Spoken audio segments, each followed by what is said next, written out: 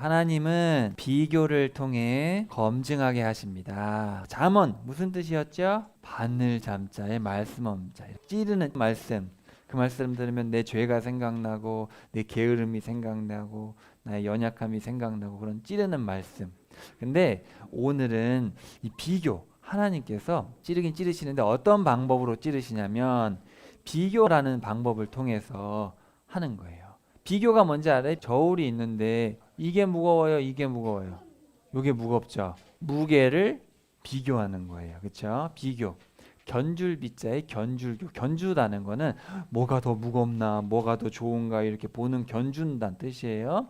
둘 이상의 사물을 견주어 서로 간의 유사점, 차이점, 일반 법칙 따위를 고찰한다. 사전에 있는 말이에요. 자, 오늘 우리가 볼 내용은 두 번째 시간입니다. 오늘 두 번째 보고 다음 주에 이렇게 다 같이 보면 될 것 같은데, 지난 시간에 우리 뭐와 뭐를 비교했는지 혹시 알아요? 지난 시간에도 사실은 비교를 했어요.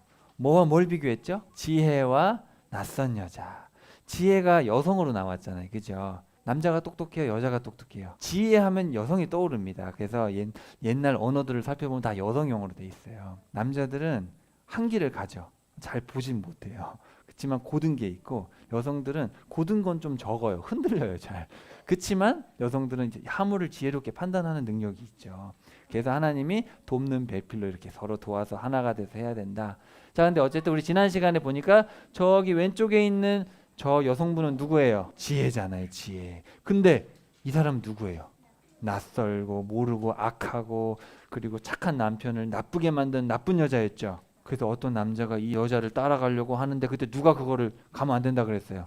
지혜가. 그래서 지난 시간에는 지혜와 낯선 여자, 쉽게 말하면 하나님을 따라가는 삶, 그죠? 지혜가 예수님이잖아요. 예수님 따라가는 삶과 세상, 술람미 여인을 유혹했던 솔로몬 같은 세상, 예수님을 따라가야겠어요? 아니면 세상을 따라가야겠어요?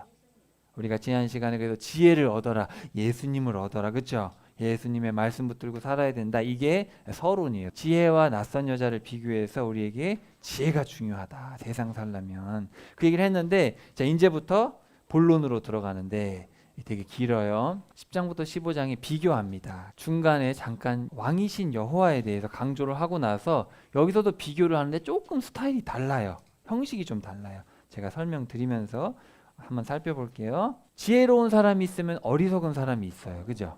의인이 있고 악인이 있고 부지런한 사람이 있고 게으른 사람이 있고 정직과 거짓, 그 다음에 입술의 말. 나는 말로 누구를 상처 준 적이 없다. 부와 가난, 겸손과 교만, 성공과 패망, 또 부부와 자녀 관계 속에서 그 다음에 여호와와 임금, 이런 내용들이 다 들어있어요. 근데 하나님이 이거를 좀 잠언을 편집할 때 이렇게 지혜에 대해서 쭉 쓰시고 의인에 대해서 쭉 쓰시면 참 좋겠는데 그렇게 안 하고 이 모든 내용들이 막 섞여 있어요. 그것도 어떤 형식이 없어요. 제가 아무리 봐도, 그리고 학자들도 아무리 찾아봐도 없어. 어떤 형식이 없이 그냥 막 산발적으로 섞여 있어요. 근데 또 더 재밌는 거는 비교 순서가 무작위예요. 그러니까 의인부터, 의인, 부지런함, 정직을 먼저 얘기하는 것도 아니에요. 어디는 거짓부터 얘기했다가 정직을 얘기하고, 어디는 어리석음을 얘기했다 지혜를 얘기하는데, 어디는 의인 얘기하고, 이런 식으로. 그러니까 좋고 나쁘고가 막 섞여 있어요. 순서도 섞여 있고 내용도 섞여 있고.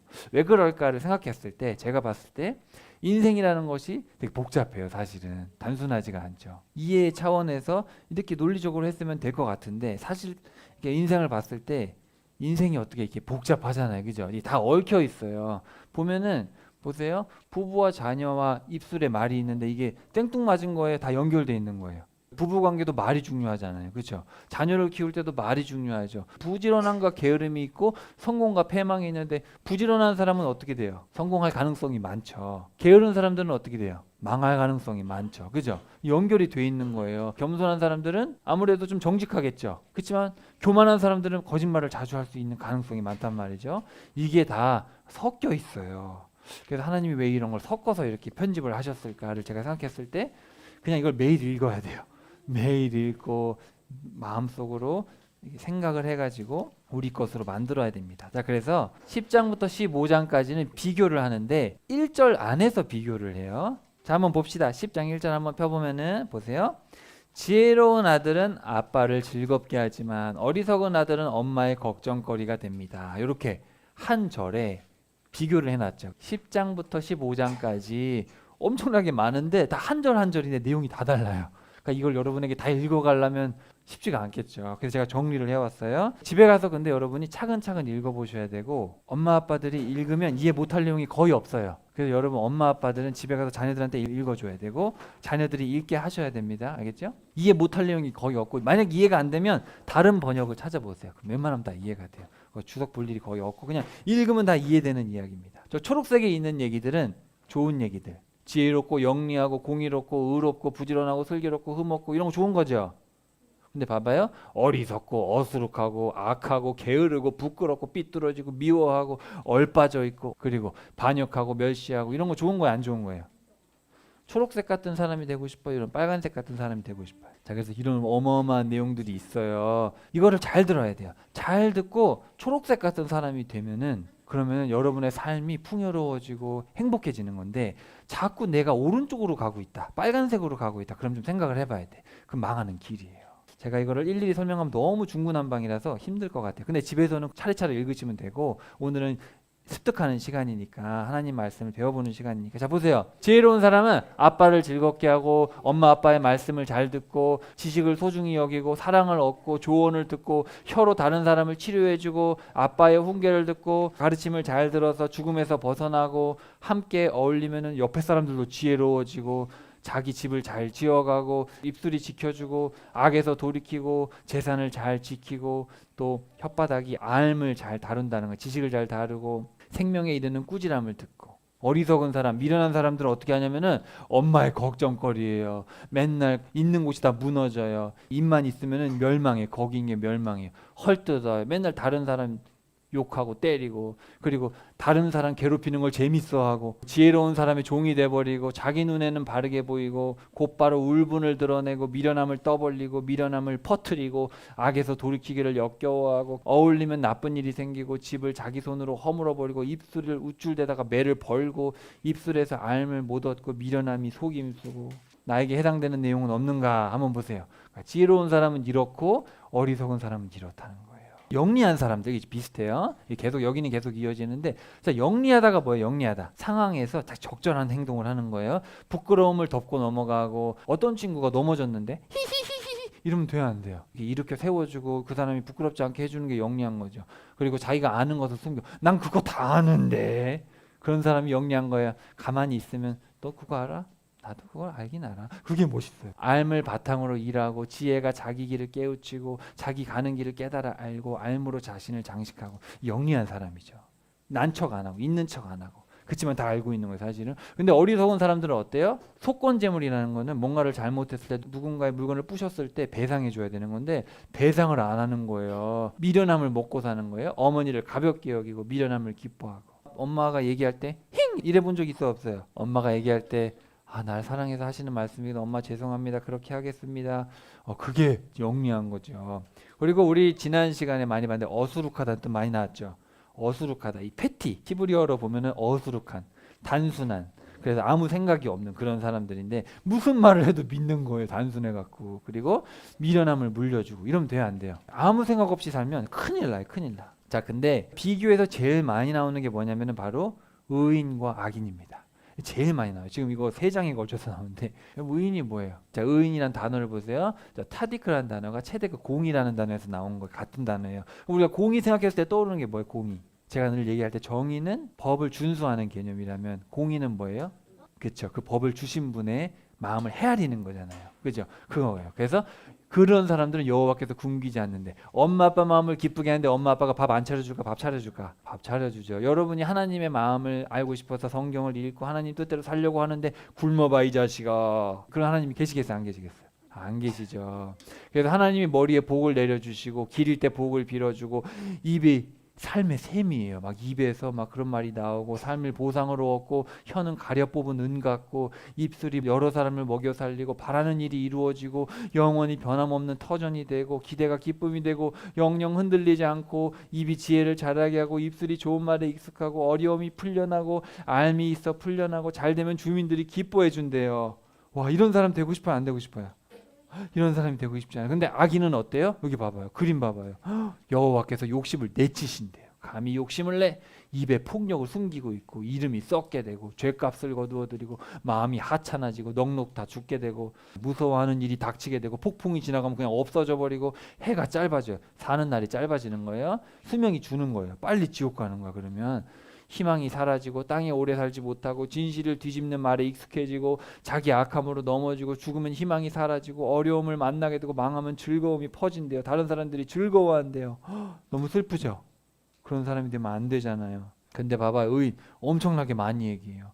복을 빌어 도시가 솟아나고 진짜 삭슬 받고 단단히 붙들어 삶에 이르고 후손이 어려움에서 벗어나고 바랄 것은 좋은 것밖에 없고 푸른 잎사귀 같이 돋아나고 생명나무를 맺고 땅에서 되갚음을 받고 뿌리가 흔들리지 않고 생각이 옳고 자기 집 짐승들을 졸보고 뿌리가 뻗어나가고 어려움에서 벗어나고 불행한 일이 없고 이웃 앞에서 길을 찾아주고 거짓말을 싫어하고 이런 삶을 살고 있어요. 자, 그 다음에 악인은 어떠냐? 그 입 때문에 도시가 무너진대요. 헛된 보상을 받게 되고 죽음에 이르게 되고 벌을 피할 수가 없고 기다리는 것은 진노뿐이고 땅에서 되갚음을 받고 굳게 설 수가 없고 길을 안내해 줬더니 속임수였고 숨었다가 저 사람을 없애버리자. 그리고 엎어져서 사라져버리고 베푸는 자비도 잔인하고 나쁜 자들의 요새를 넘보고 입술의 죄로 덫에 걸리고 마음에 속임수가 있고 나쁜 일이 넘치고 냄새나는 부끄러운 짓을 하고 그런 삶을 살면 될까 안 될까? 보세요. 근데 의로운 사람들은 빛이 기쁨으로 환하고 좋은 보상이 따르고 하나님이 나중에 천국 가면 다 보상해 주신다는 거예요. 실컷 먹게 된대요. 죽을 고비에도 피하고 집에 모아둔 것도 많고 속으로 깊이 생각하고 대답하고 여호와께서 그 기도를 들어주신다. 근데 악인은 어때요?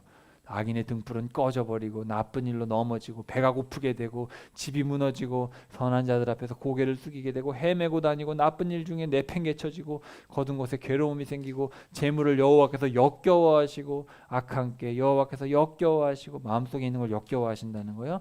입으로 나쁜 말을 쏟아내고 여호와께서 멀찍이 계신다. 우리 의인이 돼야겠어요? 악인이 돼야겠어요? 너무 분명하죠. 이렇게 많은 내용을 잠언 이 10장에서 15장까지 의인과 악인에 대한 어마어마한 분류를 해놓고 있어요. 여러분 이거를 매일 읽으면 이렇게 살 수 있을까요? 겁나서라도 이렇게 못 살죠. 그러니까 매일매일 이걸 묵상하고 읽으면서 아 내가 의인인가 악인인가 의로운 길을 걷고 있나 악한 길을 걷고 있나 하나하나 조목조목 따져봐야 됩니다. 인생이 워낙 복잡하기 때문에 하나님이 이거를 되게 세세하게 얘기를 하셨어요. 피해갈 구멍도 없게. 자, 그 다음에 자 부지런한 사람과 게으른 사람이 있습니다. 자 부지런한 사람은 어떻게 될까? 여러분 생각하면 부지런한 사람은 어떻게 돼요? 일찍 일어나서 뭐 하겠어요? 아침에 할 일하고 맞아요. 자 보세요. 그 부지런한 사람들 어떻게 돼요? 부유해지고 다른 사람들을 다스리게 되고 그리고 사람의 그 부지런함 자체가 재산이라는 거예요. 그리고 바라는 것을 넉넉히 얻게 되는데 게으른 사람들은 어떻게 돼요? 빈곤해지고 이에는 식초, 이빨에 식초, 눈에 연기 쏘이면 어떻게 돼요? 엄청 따끔하잖아. 뜰 수도 없잖아요. 그죠? 안 좋은 거예요. 자기를 죽이는 거예요. 남이 시키는 일을 하게 돼요. 고기를 사냥했는데 굽질 않아요. 먹지를 못해 게을러가지고. 사냥까지는 했는데 구워 먹긴 귀찮은 거예요. 바라는 것을 얻지 못하고 길이 가시 울타리 같대요. 우리 부지런히 살아야겠죠. 하나님이 주신 인생을 부지런히 살아야 됩니다. 자, 그 다음에 슬기로운 사람이 있고 부끄러운 사람이 있어요. 슬기롭다. 자, 여름에 걷어요. 여름에 왜 걷어요? 추워지면 못 먹잖아. 그죠? 그러니까 여름에 열심히 거두고 생각을 하는 거죠. 슬기롭게 이제 생각을 해서 겨울에 굶어 죽지 않으려면 여름에 거둬야겠구나. 입술을 말 조심해야겠네. 이거 말 때문에 다 망하겠네. 그런 사람 칭찬을 받고 임금님의 마음에 들죠. 그리고 생명길이 하늘로 위쪽에 있어요. 그래서 딱 지옥에서 벗어나는 거예요. 지옥 가면 안 되지. 지옥 가면 절대 안 돼. 그 영원히 고통받는 곳이야. 그러려면 내가 생각을 해봐야겠다. 어떻게 하면 천국에 갈 수 있지? 그런 생각을 하는 거예요. 이게 슬기로운 거죠. 근데 부끄러운 사람들 어떻게 해요? 추수하는데 이 사람 지금 뭐 하고 있어요? 남들은 다 천국 가려고 열심히 신앙생활하고 있는데 천국 가겠지. 그럼 눈 뜨면 어디예요? 그럼 눈 뜨면 지옥이야. 그러면 임금의 분노를 사게 되고 남편 속을 썩이고 그죠? 배우자의 속을 썩여요. 그러면 안 되겠죠. 그 다음에 흠없는 사람과 뒤틀린 사람이 있는데 흠없는 사람은 안전하게 걸어가고 공의로 자기의 길을 곱게 펴고 여호와의 마음에 들어요. 그죠? 근데 사실은 하나님의 마음 아는 사람만 그런 삶을 살 수가 있어요. 하나님의 마음에 공감이 안 되면 자기 욕심이 튀어나오기 때문에. 그 다음에 삐뚤어진 사람 어떻게 하냐? 들키고 말아요. 결국은 다 나오죠. 왜냐하면 마음이 뒤틀리면 뭐가 뒤틀리는지 알아요? 입술이 뒤틀려. 입술이 이렇게 얼굴에 다 보여요. 마음이 뒤틀린 사람들은 여호와께서 역겨워하신다. 사랑하는 사람들은 어떠한 죄도 덮고 훈계를 사랑하고 아는 걸 사랑하는데 미워하는 사람들은 맨날 다툼을 일으키고 멍청하고 죽음을 맞이하죠. 지혜롭지 못한 거죠. 자, 깨닫는 사람들은 입술에 지혜가 있어요. 지혜를 재밌어해요. 입을 다물고, 그리고 알미 쉽고 참을성이 많고 지혜가 머물고 마음이 알물 찾고 똑바로 걸어가는데 얼빠진 사람들, 등짝에 몽둥이가 제격이야. 그냥 이런 사람 맞아야 돼. 그냥 얼빠진 사람들. 마음속에 그냥 아무 생각이 없어. 아무 생각이 없고 지혜도 없고 그냥 말만 뱉으면 툭툭 내뱉고 이런 사람들은 뭐 해야 돼요? 등짝에 몽둥이가 제격이야. 그냥 맞아야 된다는 거예요. 자기 이웃을 얕본대요. 그 다음에 숨기는 사람, 자기 마음을 잘 이렇게 숨길 줄 아는 사람들은 마음이 참된데 마음에 있는 걸 자꾸 누설하고 이웃 이거 비밀이다 했는데 이웃 친구가 비밀이라 그러는데 자꾸 이 사람 저 사람한테 얘기하는 사람들은 비밀을 자꾸 드러내는 사람들이죠. 올곧은 사람들은 흠 없이 살아가죠. 올곧다는 말은 정직하다는 뜻이에요. 그래서 공의로 자기를 건지고 말로 건져 여호와를 두려워하고 자기 천막이 잘 되고 속건재물을 마음에 들어하고 길을 잘 닦고. 근데 반역하는 사람들은 어때요? 말이 그치지를 않아요. 배신자들은 말이 많아요. 삐뚤게 살다 망하고 자기 욕심에 사로잡히고 폭력을 바라고 항상 그대로이고. 그 다음에 잘 지키는 자기 자신을 잘 지키는 사람들, 삶에 이르는 길이 보이고 훈계를 받고 명예를 얻고 경고를 따르고 그렇지만 잘 버리는 사람들, 꾸지람을 버리고 길을 저버리고 그런 사람들은 갈팡질팡하게 되고 쓰라린 교훈을 듣게 된다. 그 다음에 진실한 사람들, 이 진리에서 나오는 말이죠. 에메트. 진실한 사람들은 참된 입술을 끝까지 남아있고 여호와의 마음을 들고 고쳐 세워주고 증인은 거짓을 말하지 않고 진실한 증인은 목숨을 건져가. 진실한 사람들이죠. 근데 거짓된 사람들은 미움을 입술에 감추고 속이는 말 그리고 거짓된 말은 잠깐이죠.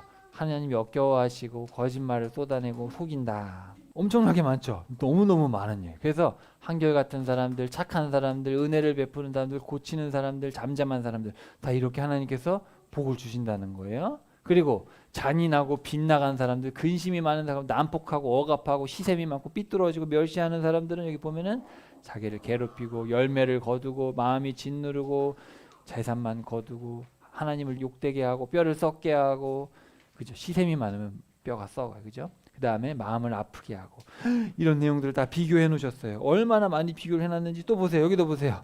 계속 이렇게 어마어마하게 많아요. 부드러운 사람들은 노여움을 가라앉히지만 비웃는 사람들은 어떻게 돼요?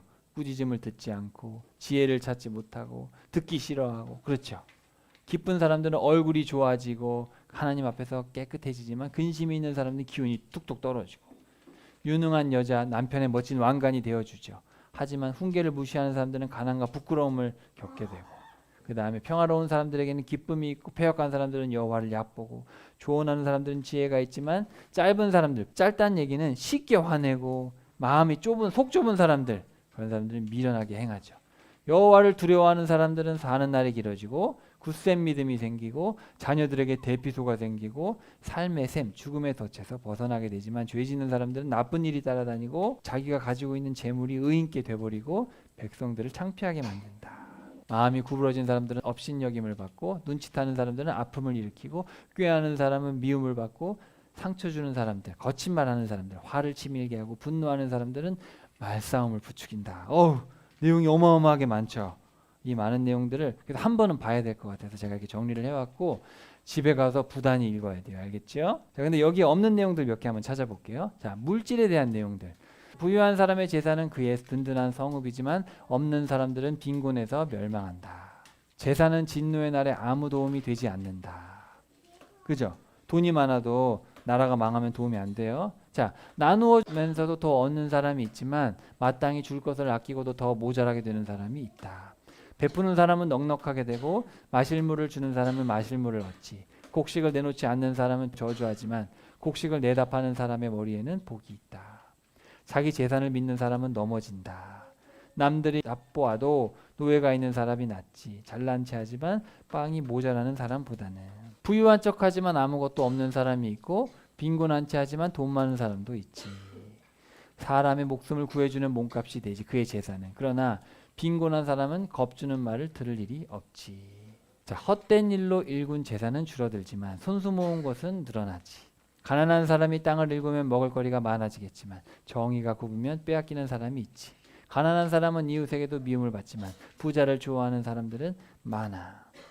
이 마지막 내용을 보시면 이게 어떤 뜻이냐면 세상 사람들은 그렇다는 거예요. 가난한 사람들은 이웃에게도 미움을 받지만 부자를 좋아하는 사람들은 많다. 그게 부자가 되라는 얘기가 아니고 세상이 그렇다라는 거예요. 그래서 읽다 보면 지혜라기보다는 세상의 논리에 대해서 얘기하는 경우도 생각보다 많습니다. 자, 그다음에 입술에 대한 얘기예요. 여러분 말을 잘해야 돼요. 이 잠언이 말에 대해서 많은 얘기를 하는데 하나님을 멀리하는 사람은 입으로 이웃을 무너뜨린다.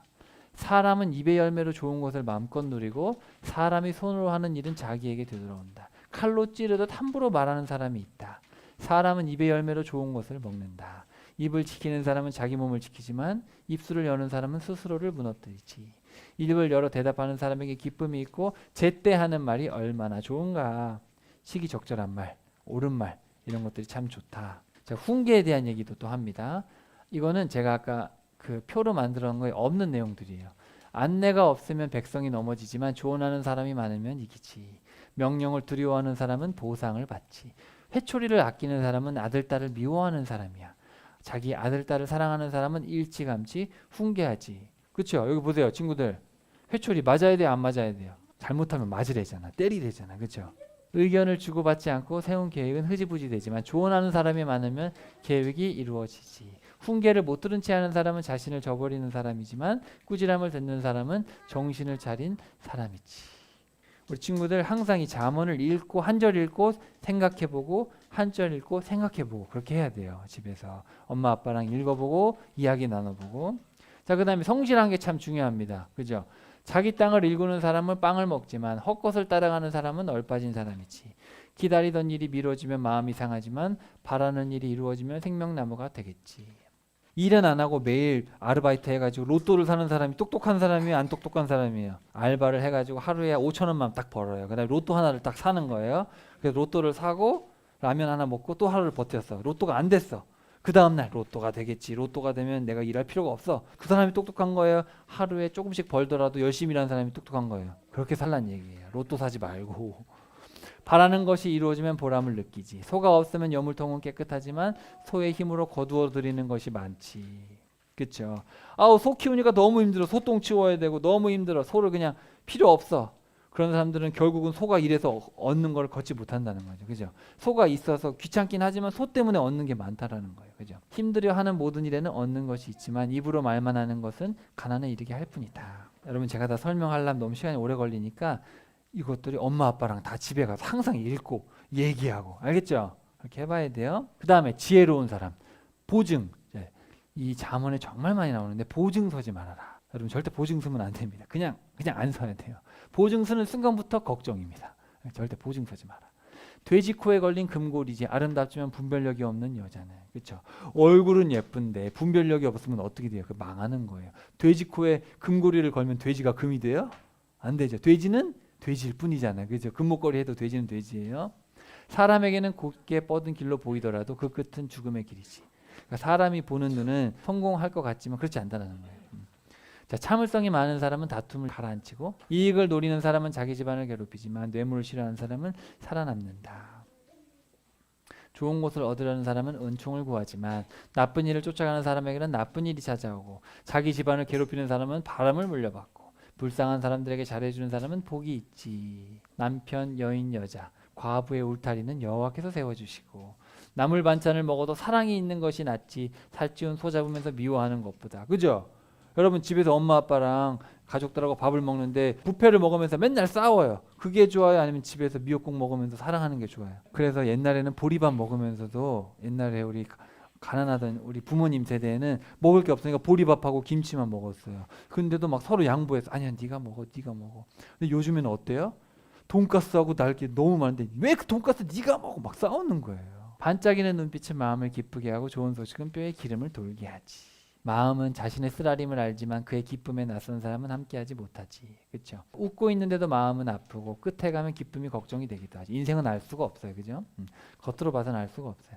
백성이 많으면 임금이 떳떳하지만 국민이 없으면 다스리는 사람은 별 볼 일이 없다. 사람의 마음은 하나님이 다 보고 계시고 힘겹게 사는 사람은 하루하루가 괴롭다. 이런 여러 가지 내용들이 있는데 틈틈이 무슨 내용이 나오냐면 여호와 하나님에 대한 내용이 나와요. 여호와께서는 의인을 굶기지 않으시지만 악인들의 욕심은 내치시지. 여호와께 복 받으면 부유하게 되지. 그분은 거기에 괴로움을 더하지 않으시오. 여호와를 두려워하면 사는 날이 길어지지만 악인들이 사는 해는 짧아지지. 하나님이 봤을 때 악한 사람들은 살 이유가 없잖아요. 하나님 창조한 세상에서 창조주의 입장에서는 데려가신다. 여호와의 길은 흠없는 사람에게 숨을 수 있는 곳이지만 못된 짓 하는 사람에게는 멸망이지. 속이는 저울은 여호와께서 역겨워하시지만 제대로 된 저울추는 그분 마음에 들지. 이거 많이 나오는 얘기거든요. 잠언에 속이는 저울이 뭘까? 장사를 할 때 이렇게 저울이 있어요. 고기 한 근 주세요. 그래서 한 근을 달았어요. 한 근이면은 여기에 10,000원이 떠야 되는 거예요. 그렇죠? 근데 저울을 바꿨어. 저울을 조작해가지고 한 근을 올렸는데 15,000원이 뜨는 거예요. 그러면 얼마를 더 벌 수 있는 거야? 저울을 속여서 5,000원을 더 벌잖아요. 제발 그런 짓 하지 말라는 거예요. 하나님 역겨워하신다. 정직하게 해야죠. 마음이 뒤틀린 사람은 여호와께서 역겨워하시지만 흠없이 길 가는 사람은 그분 마음에 들지. 착한 사람은 여호와께서 마음에 들어 하시지만 속셈 있는 사람은 죄 있다 하시지. 거짓된 입술은 여호와께서 역겨워하시지만 참되게 사는 사람은 그분 마음에 들지. 똑바로 걷는 사람은 여호와를 두려워하지만 자기 길에서 어긋나는 사람은 그분을 얕보는 거야. 여호와를 두려워하면 굳센 믿음이 생기고 자녀들에게 대피소가 생기지. 여호와를 두려워하는 것이 삶의 셈이어서 죽음의 덫에서 벗어나게 하고 어느 곳에나 여호와의 눈이 있어서 나쁜 사람 좋은 사람을 지켜보고 있지. 악인들의 재물은 여호와께서 역겨워하시지만 올곧은 사람의 기도는 마음에 들어하시지. 여호와께서 역겨워하시는 것은 악인의 길이지만 공의를 따르는 사람은 사랑하시지. 수올과 멸망의 나라도 여호와 앞에서 드러나 있는데 사람의 마음은 얼마나 더 그럴까. 조금밖에 없어도 여호와를 두려워하는 것이 좋지. 모아둔 게 많은데 혼란스러운 것보다는. 우쭐거리는 사람의 집은 여호와께서 허물어 버리시지만 남편 여인 여자의 울타리는 세워주시지. 나쁜 사람이 꾀는 여호와께서 역겨워하시지만 기분 좋은 말은 그분 앞에서 깨끗하지. 여호와께서는 악인들한테 멀찍이 계시지만 의인들의 기도는 들어주시지. 15장 13절에다가 한번 별표합시다. 마지막입니다. 이 전체의 마지막이에요. 15장 33절. 여호와를 두려워하는 것은 지혜의 훈계이고 겸손하면 명예가 따르지. 겸손해야지 이 모든 것을 할 수가 있는 거예요. 겸손해야 돼요. 그리고 그 겸손한 건 여호와를 두려워하는 거죠. 이게 되게 중요합니다. 너무 많은 말을 했기 때문에 이걸 다 지금 이해한다기보다는 여러분 우리 어린 친구들도 집에 가서 꼭 읽어보셔야 돼요. 한글을 배웠으면 그럼 잠언을 읽기 시작해야 돼요. 우리 부모님들은 본인도 읽으셔야 되지만 의무감을 가지고 자녀들한테 읽히셔야 됩니다. 잠언. 그리고 이거는 목사가 설명해야 될 내용이 거의 없어요. 그냥 여러분 읽으시면 돼요. 이해가 안 되면 다른 번역 보면 거의 다 알아요. 여호와를 두려워하는 것이 지혜의 훈계다. 그러니까 지혜가 누구예요? 예수님이라고 우리가 생각했을 때 훈계는 이렇게 해야 된다 이렇게 얘기를 하는 거잖아요. 사실 예수님께서 우리에게 계속 말씀하신 건 뭐예요? 하나님을 두려워해라. 겸손하면 명예가 따른다. 카바드 무겁다라는 뜻이잖아요. 너를 존귀하게 해준다. 이런 뜻입니다. 존귀하게 해준다. 자, 근데 중간으로 갑시다. 여기 16장 1절에서 15절에 보면은 조금 내용이 달라요. 약간 전환되는 느낌이 있어요. 그래서 거기 체크해 놓으시면 좋을 것 같아요. 제가 한 절 한 절 읽어볼게요. 자, 마음으로 하는 계획은 사람의 몫이지만 혀로 하는 대답은 여호와께로부터 오는 거야. 1장부터 15장에 보시면 여호와 하나님의 그 말씀이 산발적으로 나와 있어요. 이게 정리해서 된 게 아니라. 근데 여기 보면 다 나와요. 각절에 다 나옵니다. 다시 마음으로 하는 계획은 사람의 몫이지만 혀로 하는 대답은 여호와께로부터 오는 거야. 이게 무슨 뜻이에요? 여러분의 생각이 있어요. 여러분의 생각이. 근데 그 생각이 입 밖으로 나와요. 그죠? 뭐예요? 여러분이 생각하는 게 현실이 되는 건 사실 그 현실이 되게 하는 건 누가 하는 거예요? 주권자는 여호와입니다. 자, 그다음에 2절. 사람이 가는 길 자기 눈에는 모두 깨끗해 보이지만 여호와께서는 속마음을 살피고 계시지. 나는 잘하고 있다라고 생각하지만 그 마음에 있는 연약함, 부족함, 욕심 같은 거 우리가 모를 수도 있는데 그거를 보고 계시는 분이 있어요. 누구예요? 여호와 하나님. 바로 감시자. 감시라고 하니까 조금 마음이 좀 그런데 그래도 감시자가 맞아요. 하나님 감시하고 계세요. 이렇게 우리의 속마음. 3절. 자, 3절에 별표합시다. 3절에 별표 2개 하고 자, 맡겨라에 밑줄 치세요. 명령어입니다. 명령어가 안 나오는데 여기 명령어가 나와요. 맡겨라.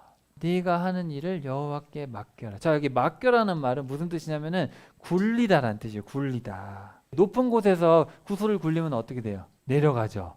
그런 거예요. 맡겨라. 맡기는 거예요. 그러니까 하나님 말씀이 절로 굴러가고 있으면 나는 어떻게 해야 돼요? 안 굴러가려고 버티고 있어야 돼요. 이렇게 난 안 굴러갈까 그래야 돼? 아니면 나도 그냥 같이 굴러가야 돼요? 맞아요. 말씀이 굴러가는 곳에 나도 굴러가야 돼. 뭔지 알겠죠? 하나님 말씀이 절로 가고 있으면 나도 어떻게 돼야 돼요?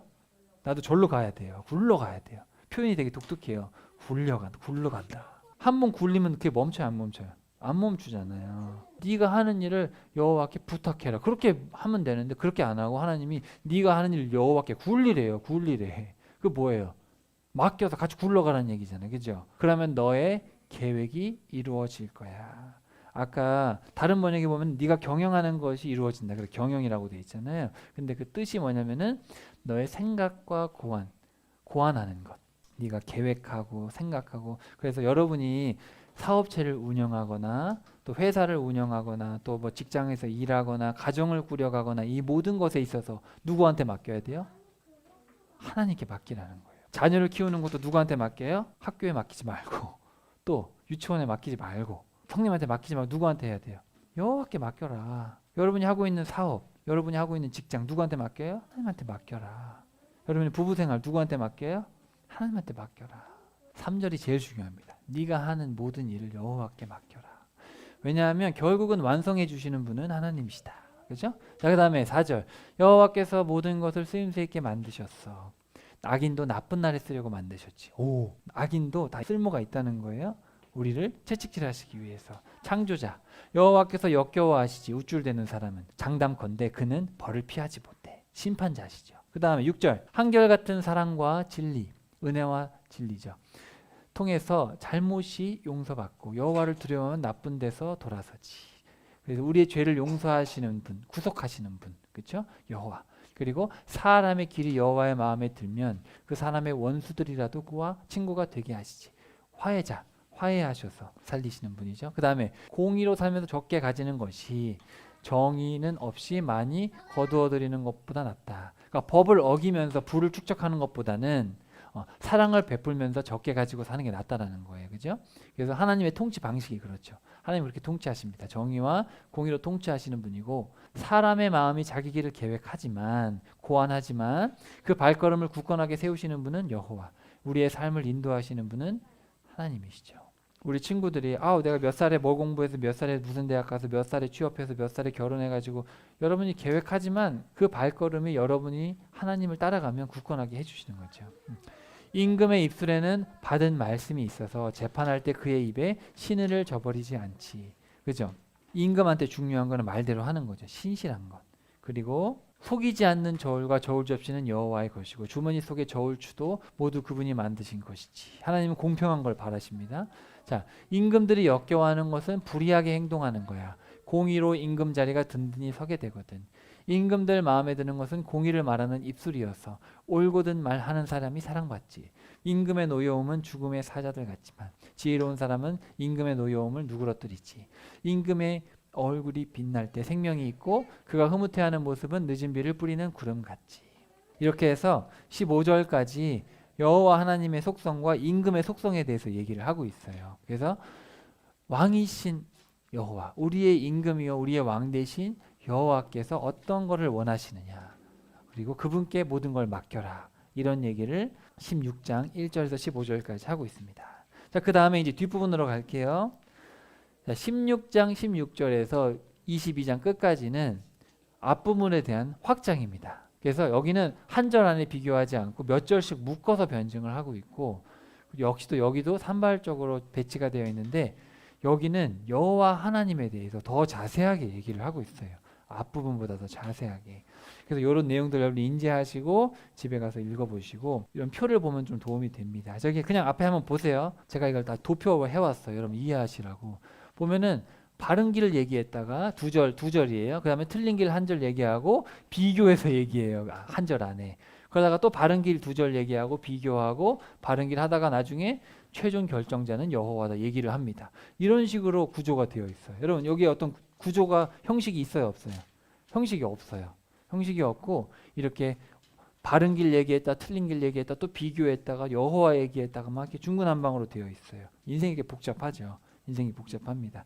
그래서 끝에까지 내용들을 보시면은 이렇게 복잡하게 되어 있어요. 이렇게. 그래서 틈틈이 우리가 살면서 우리가 바른 길을 갈 때가 있고 틀린 길을 갈 때가 있고 비교해야 될 때도 있고 하나님을 생각해야 될 때가 있잖아요. 그죠? 그렇게 생각하셔서 이걸 다 읽어보시면 됩니다.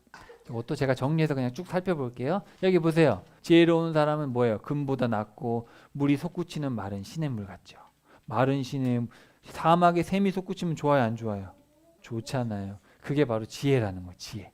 또 깨달은 거는 은보다 낫고 얼굴을 지혜로 향하고 성품이 차분하고 마음이 알므럽고 깨우침을 지키면 좋은 일이 일어나고 올곧은 사람은 정직한 사람은 나쁜 데서 벗어나게 되고 그리고 잘 지키는 사람은 목숨을 지키게 되고 슬기로운 사람들은 좋은 것을 얻고 삶의 셈이고 슬기로운 종이 부끄러운 아들보다 낫고 화를 오래 참죠. 또 지혜로운 사람들 분별력이 있다고 불려지게 되고 귀가 알을 찾아내고 보금자리엔 탐나는 보물과 기름이 있고 용사들이 지키는 요새를 무너뜨린다.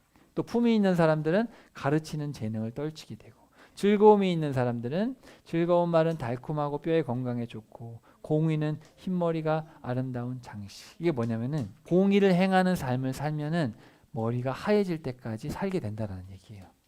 여러분이 나이가 들 때까지 이렇게 살아있다라는 것 자체가 하나님의 선물이다라는 거죠. 그 다음에 노하기를 더디하는 사람이 용사보다 낫고 영을 다스림이 도시를 빼앗는 사람보다 낫다.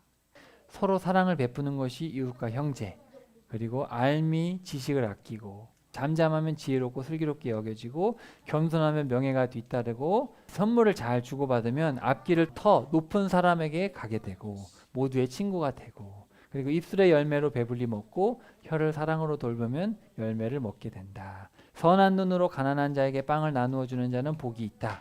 너그러운 사람들에게는 잘 보이는 사람이 많고 그 다음에 정신을 차리는 자는 자신을 사랑한다. 잘못을 넘기는 것이 그의 명예고 그 다음에 명령을 지키면 자기 목숨을 지키고 혀를 지켜 어려움을 겪지 않는다. 흠없이 사는 의인의 자손들은 복되고 마음이 순수하고 말이 아름다우면 임금의 친구가 된다. 거만한 사람, 높아진 사람, 미련한 사람, 죽음, 독촉하는 사람, 쓸모없는 사람, 막가는 사람, 헐뜯는 사람, 폭력하는 사람, 악한 사람, 거짓말하는 사람 이런 사람들은 다 이렇게 무너진다. 미련한 사람, 뇌물을 좋아하는 사람, 갈라놓는 사람, 거스르는 사람, 다툼을 일으키는 사람, 어리석은 사람, 부족한 사람, 반역하는 사람, 뒤틀린 것, 근심, 부끄러운 것, 손을 놔버리는 것, 그 다음에 머릿속에서만 상상을 해요. 부자의 재물은 건져줄 거라고.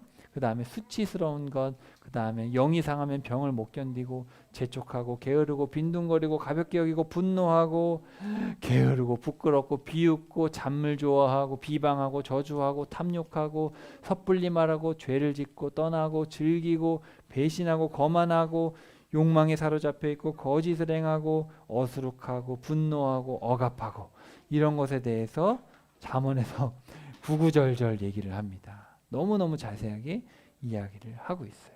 여러분 시간 나는 대로 다 이걸 한번 읽어보세요. 자, 근데 우리 아까 앞부분에서 또 물질에 대해서 얘기했는데 물질에 대해서 또 얘기해요. 물질이 너무 중요하니까. 여기 포함되지 않은 내용 중에 또 분류를 해보면은 물질에 대한 얘기를 또 합니다. 가난한 사람이 사정사정해도 부자는 퉁명스럽게 대꾸하지. 그렇죠. 돈 있는 사람들은 그래요. 재산이 있으면 이웃이 많아지지만 재산이 없는 사람들은 이웃에게서 떨어져 나오게 된다. 세상 논리가 그렇다는 거예요. 자기 형제들도 모두 가난한 사람을 미워하는데 이웃들이야 얼마나 더 그를 멀리할까. 세상 논리는 그렇죠. 가난한 사람이 부르짖을 때 귀를 막는 사람, 그 자신이 소리 지를 때 대답이 없을 거야. 부유한 사람은 빈곤한 사람들을 다스리고 빌린 사람은 빌려준 사람의 노예가 되지. 자, 그러면서 이 뒷부분에 오면은 임금이라는 주제와 가정이라는 주제를 되게 중요하게 얘기합니다. 그래서 임금이 화내는 것은 사자가 으르렁거리는 것과 같고 화를 돋우는 사람은 목숨이 위태롭지.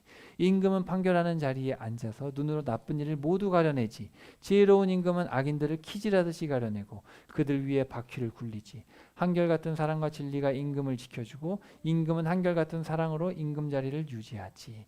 공의로우신 분이 악인의 집을 들여다보시고 악인들을 쓰러뜨려 잘못되게 하시지. 자, 그러면 여기 한번 봅시다. 중요한 내용 가정이에요. 가정. 마른 빵을 먹어도 마음 편한 것이 잔치 음식을 쌓아놓고 싸우는 집안보다 낫지.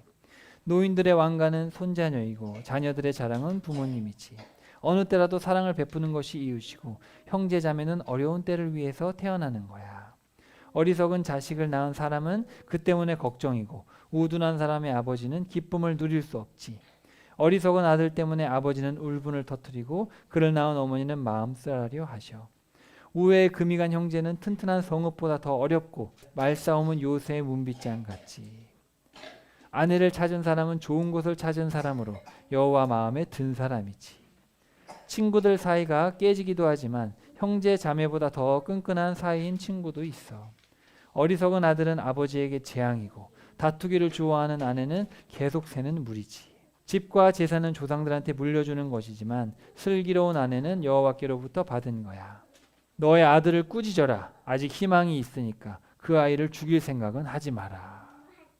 죽이지는 말지만 꾸짖으라는, 혼내라는 거예요. 지옥 가는 것보다는 맞는 게 낫다는 거죠. 아버지한테 함부로 하거나 어머니를 내쫓는 사람은 부끄럽고 수치스러운 아들이야. 애야, 훈계 듣기를 그만두면 알미의 말씀을 떠나 떠돌게 될 거야. 아버지나 어머니를 저주하는 사람, 그의 등불은 어둠 가운데 꺼질 거야. 지붕 한쪽 모퉁이에 사는 것이 낫지 아내와 말다툼하며 한 집에서 함께 사는 것보다. 허 벌판에 혼자 사는 게 낫지 아내와 말다툼하며 울분을 터뜨리는 것보다. 이렇게 부부 사이에 대해서 얘기를 많이 합니다. 그죠? 아이에게 자기 길을 익히게 해주어라. 그러면 나이 들어서도 그 길에서 벗어나지 않을 테니까. 미련함이 아이의 마음에 딱 붙어 있더라도 훈계하며 때리는 회초리가 그것을 떼어놨지. 그러니까 우리 자녀들을 봤을 때 미련하다, 미련한 행동을 하고 어리석은 행동을 한다, 때려야 됩니다. 때려서 미련하지 않게, 어리석지 않게. 그리고 지혜에 대해서도 얘기를 합니다. 어리석은 사람이 떵떵거리고 사는 것이 어울리지 않는데 노예가 고위 관리들 다스린 것이 얼마나 더 그럴까. 포도주는 비웃는 사람이 되게 하고 맥주는 시끄러운 사람이 되게 하지. 취해 비틀거리는 사람마다 지혜롭지 못하지. 술을 마시는 것에 대해서 경고합니다. 낯선 사람의 보증을 서는 사람 또 나오죠. 그 사람의 옷을 챙기고 다른 나라 여자의 보증을 서는 사람 볼모로 잡아라. 보증 서지 말아라. 술 취하지 말아라. 그 다음에 비웃는 사람을 벌 주면 어수룩한 사람이 지혜를 얻고 지혜로운 사람을 가르치면 알을 얻지. 그러니까 벌을 주고 가르쳐야 되는데 지금 우리 교육을 보면은 체벌을 못하게 막아버렸잖아요. 그죠? 체벌하지 말아라. 그리고 학교에서도 뭘 가르치냐. 가르치지 말고 놀게 하고. 세상 문화가 그렇게 바뀌고 있어요. 그 다음에 신실하게 살아야 된다. 믿을 만한 사람이 누구 있냐. 사람들이 뭐 자기가 한결같다 하지만 믿을 만한 사람이 누가 있을까. 아이라도 자신이 하는 행동으로 스스로를 드러내지. 자신이 하는 일이 깨끗한지 옳고든지. 그렇죠? 애기도 보면은 행동을 보면 알 수 있어요.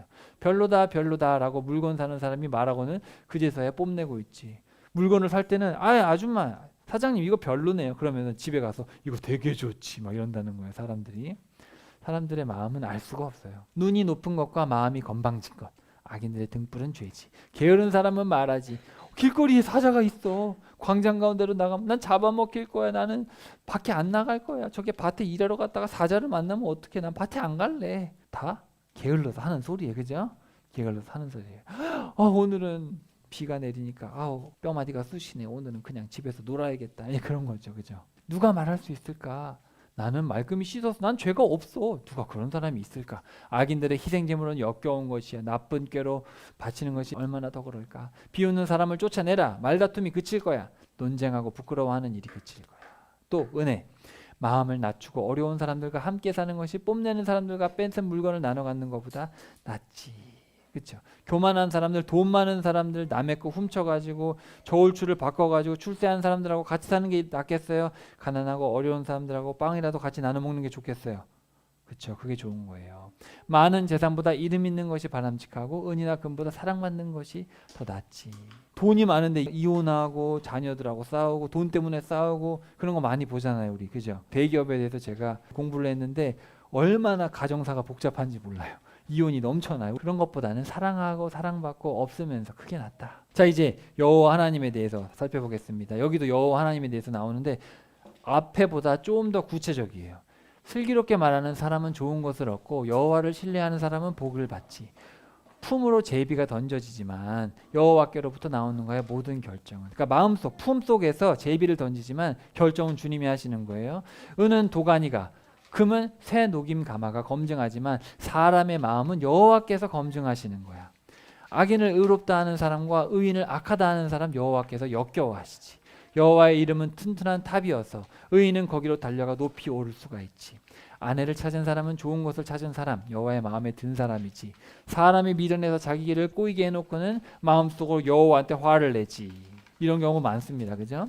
집과 재산은 조상들한테 물려받은 것이지만 슬기로운 아내는 여호와께로부터 받은 거야.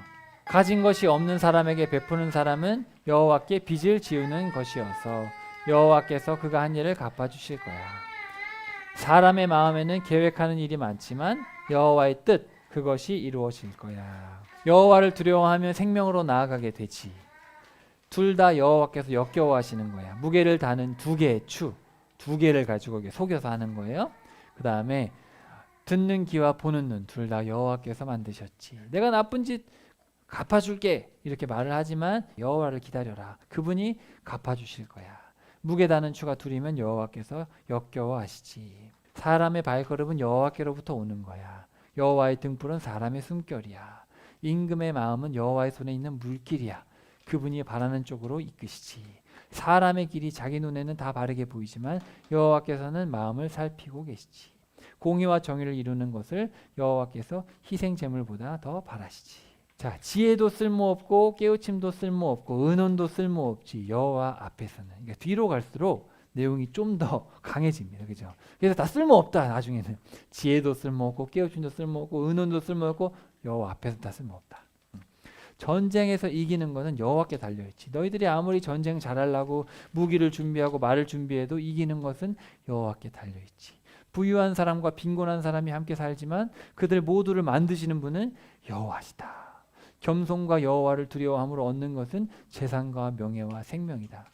우리가 앞에서 뭐 부지런함에 대해서도 얘기하고 성실에 대해서도 얘기하지만 결국은 뭐예요? 다 여호와를 두려워하고 그래야지 된다는 거예요. 여호와의 눈은 삶을 지키시지만 배신하는 사람의 말은 꺾으시지. 낯선 여자들의 입은 깊숙한 구덩이야. 여호와의 화를 돋운 사람은 거기에 빠지지. 이런 많은 내용들이 담겨 있습니다. 한 번에 다 보기가 워낙 많은 내용이지만 10장부터 22장까지 지금 저와 여러분이 후다다닥 살펴본 내용들이 들어있어요. 너무 많은 내용이라 머리가 아프시죠. 하지만 이런 내용이 있구나 그렇게 파악하시고 집에 가서 이제 구조를 아셨으니까 15장까지는 1대1로 비교해서 우리가 살펴봤다면 중간에서 중요한 거는 왕 대신 여호와께 우리의 인생을 맡기라는 거고, 그리고 이제 여기서 이 앞선 내용에 대해서 되게 상세하게 이야기를 하고 있어요. 그래서 여러분 그거를 상기하시고 집에서 한번 차근차근 읽어보세요. 사도 바울을 통해서 주신 말씀인데, 우리는 우리 자신들을 스스로 내세우는 어떤 사람들과 같이 부류해 두거나 그들과 비교할 생각은 털끝만큼도 없습니다. 자, 우리가 10장부터 22장까지 비교에 대해서 배웠어요. 나는 의인이고 쟤는 악인이네. 나는 부지런한데 저 사람은 게으르네. 지옥 가겠네. 그렇게 하면 돼야 안 돼요? 그렇게 하려고 우리가 하는 게 아니에요. 그렇게 하려고 하는 게 아니라, 그러나 그들은 자기들을 기준으로 자기들을 재어보고 자기네끼리 서로 비교하고 있으니 깨닫지를 못합니다. 결국 우리가 의인과 악인, 부지런함과 게으름 이런 것들을 다 하는 이유가 뭐예요? 세상 사람들은 비교해가지고 나 잘났다라는 얘기를 하는 거예요. 근데 반대로 우리는 한계를 벗어나 자랑하지 않을 겁니다. 우리는 피조물일 뿐인 거예요. 하나님이 우리에게 나누어 맡기신 활동 영역의 한계에 맞추어 할 겁니다. 이거 잘 새겨 들어야 돼요. 그러니까 나는 피조물로서 여호와 하나님과의 관계 속에서 내가 뭘가 옳고 그른지를 분별해 나가서 하나님의 선하신 뜻을 이루는데 내 삶을 맡기려고 하는 거지, 이게 세상 사람들처럼 자기네들끼리 비교하고, 우리는 그러려는 게 아니다. 우리는 그 한계에 따라 여러분에게까지도 다다른 것입니다. 이게 되게 중요한 구절이죠. 그냥 잠언을 보고 비교해서 난 잘하고 있네, 난 못하고 있네, 의미가 없어요. 그게 아니라 비교를 해서 궁극적으로 우리는 여호와 하나님을 닮아가기 위해서, 이해되셨죠? 또 피조물로서의 역할을 감당하기 위해서 하는 거예요. 저마다 자기가 하는 일을 검증해 보시기를 바랍니다. 여기 너무 중요합니다. 자, 도키마조라는 말인데, 검증해 보아라. 저마다 자기가 하는 일을 검증해 보아라. 혹시 자랑할 만한 일이 있으면 자기가 한 일에 비추어 혼자서 우쭐댈 수도 있겠죠. 하지만 다른 사람과 비교하여 자랑해서는 안 됩니다. 너무너무 중요하죠.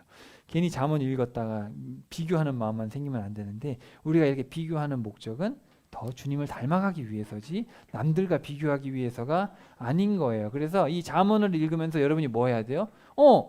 내 동생은 쟤 게으른데 나는 부지런하네. 난 잘하고 있네. 그게 아니라 뭐 해야 돼요?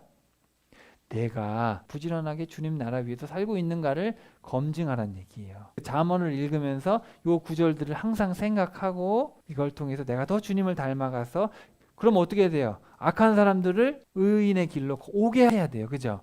게으른 사람들 어떻게 해야 돼요? 넌 게으르니까 지옥 갈 거야. 그게 아니라 게으른 사람들도 부지런하게 될 수 있도록 내가 도와줘야죠. 그죠? 우리 예수님의 말씀 한번 볼게요. 여기 앞에 보세요. 예수님이 말씀하셨어요. 남을 판가름하지 마세요. 정죄하지 마세요. 너 왜 게을러 너 왜 그렇게 그래 하나님이 분명히 부지런하게 살라 그랬는데 의롭게 살라 그러고 지혜롭게 하라. 너 왜 이렇게 어리석어? 왜 이렇게 미련해? 왜 이렇게 패티야? 패티. 그럼 돼야 안 돼요? 왜 이렇게 어수룩해? 넌 패티야. 그럼 돼야 안 돼요? 그러지 말고 정죄하지 말래요. 남을 판가름하지 말라. 네가 정죄하지 마라. 여러분이 남에게 한 그 판가름으로 여러분이 판가름을 받게 됩니다. 또 여러분이 남에게 갖다 댄 잣대를 여러분에게도 갖다 대십니다. 왜 그대는 형제의 눈 안에 있는 티끌을 보면서 그대 눈 안에 있는 나무 막대기를 알아채지 못합니까? 건물을 할 때 들보라는 큰 나무를 이렇게 해놔요. 근데 유대인들은 티끌은 작은 율법, 그러니까 작은 세세한 율법들이 있잖아요. 근데 이제 들보를 뭐라고 했냐면 큰 중요한 율법 이렇게 생각을 한 거예요. 분류를 했어요. 또 건축할 때도 그렇게 하긴 했지만 그러면서 작은 거 지켰다고 큰 거는 어기면서 이렇게 하니까 하나님이 보셨을 때는 웃긴 거죠. 그래서 그대 눈 안에 있는 나무 막대기는 왜 알아채지 못합니까? 이렇게 조그만 먼지 같은 게 하나 있는데 자기한테는 나무 막대기 같은 이런 통나무 같은 잘못을 하고 있으면서 친구는 티끌 같은 잘못을 했다고 막 뭐라고 하는 거예요. 나는 통나무 같은 큰 죄를 졌는데. 그럼 돼요 안 돼요? 안 되잖아요. 가만히 있어요. 그대 눈에서 티끌을 빼줄게요. 그렇게 어떻게 말을 합니까? 보세요. 그대의 눈 속에 나무 막대기가 있습니다. 겉다르고 속다른 그대, 먼저 그대의 눈에서 나무 막대기를 빼버리세요. 그러면 그때 똑똑히 보고 형제자매의 눈에서 티끌을 빼줄 수가 있을 겁니다. 우리가 이 잠언서를 읽으면서 나는 남보다 낫네 이런 생각을 하지 말고 내가 정말 부족한 게 많구나. 나의 들보, 나의 나무 막대기, 내 마음속에 있는 커다란 부족함들을 보면서 더 자정하고 더 자숙하고 더 예수님대로 내가 살아야겠구나. 이 잠언을 통해서 그렇게 배워야지 이걸 통해서 쟤는 저것도 못하네. 그렇게 하면 안 된다라는 거죠. 자, 그래서 이제 이 사도 바울을 통해서 주님이 이런 말씀을 하셔요. 스스로 시험해 보십시오. 여러분의 신실함, 하나님을 향한 그 신실함이죠. 여러분의 그 신실함, 믿음이 있는지, 여러분 안에 있는지 스스로 검증해 보십시오. 검증이 뭐예요? 검증. 검사해서 증명하는 걸 검증이라 그래요. 여러분 검사해서 여러분 속을 검사해서 증명해 보십시오. 여러분은 스스로에 대해서 알아차리지 못하십니까? 예수 그리스도께서 여러분 안에 계시다는 것을요. 그렇다면 여러분은 실격자로 판명된 사람들입니다. 다른 번역에 보면 여러분은 버림받은 자입니다. 이렇게 되어 있어요. 여기 새한글에서는 실격자로 판명된 사람들입니다. 자, 우리가 지난 시간에 뭘 배웠죠? 누구를 따라가야 돼요? 뭘 얻어야 돼요? 지혜를 얻어요. 지혜. 지혜는 또 누구예요? 창조 전부터 계셨던 그분, 예수 그리스도잖아요. 예수님, 지혜가 우리 안에 있는가? 예수님이 우리 안에 있는가? 스스로 어떻게 해야 돼요? 시험해 보시고 검증해 보라는 거예요. 스스로를 봐서. 그래서 내가 정말 말씀이시고 지혜이신 그 예수님, 그 예수님을 알고 싶고 그 예수님을 따라 살고 싶어서 발버둥 치고 있는가? 그래서 정말 성경을 읽고 잠언을 읽고 잠언 속에서 예수님을 발견하고 이거를 주야로 묵상하고 잠언이 31장이니까 하루에 한 장 읽으면 한 달에 한 번 읽을 수 있겠죠. 그렇게 읽는 거예요. 잠언을 매일 읽는 거예요. 내가 말씀대로 순종하는가. 그렇게 여러분 인생을 한번 평가해 보십시오. 스스로 내가 그렇게 하고 있는가. 내가 정말 내 자녀, 우리 부부관계, 직장생활, 회사생활 정말 돌멩이를 굴리면 굴러가듯이 그렇게 여호와께 맡긴 삶을 살아가고 있는가. 스스로 검증해 보세요. 스스로. 만약에 나 모르겠다. 실격자라는 거예요. 모르는 사람 실격자예요. 알아야 돼요. 있으면 안다는 거예요. 너무 중요하죠. 그래서 우리 친구들 어릴 때부터 뭐 해야 돼요? 어릴 때부터 말씀을 가까이 해야 돼요. 가까이. 말씀을 읽고 잠언을 읽고. 할 수 있겠어요? 한글을 읽을 줄 아는 순간부터 핑계대면 안 돼. 그럼 잠언을 읽어야 돼요. 알겠죠? 잠언 읽고 66권 다 읽고. 우리 어른들은 절대 핑계대지 못합니다. 성경을 매일 읽어야 돼요. 읽고 살아내고. 자, 따라해 봅시다. 하나님은 비교를 통해서 검증하게 하십니다. 말씀과 자신을 비교하면서 검증하는 것이 지혜입니다. 그래서 한 주간 또 살면서 말씀을 통해서, 그리고 오늘 빨리 설명해서 여러분이 좀 다 이해하기 어려웠을 텐데 집에 가서 잠언 10장부터 22장까지 차분히 읽어보고 생각해보고 엄마 아빠랑 토론도 해보고 해보세요. 알겠죠? 자, 그래서 하나님 주신 지혜로 가득 찬 여러분 되시길 축복합니다.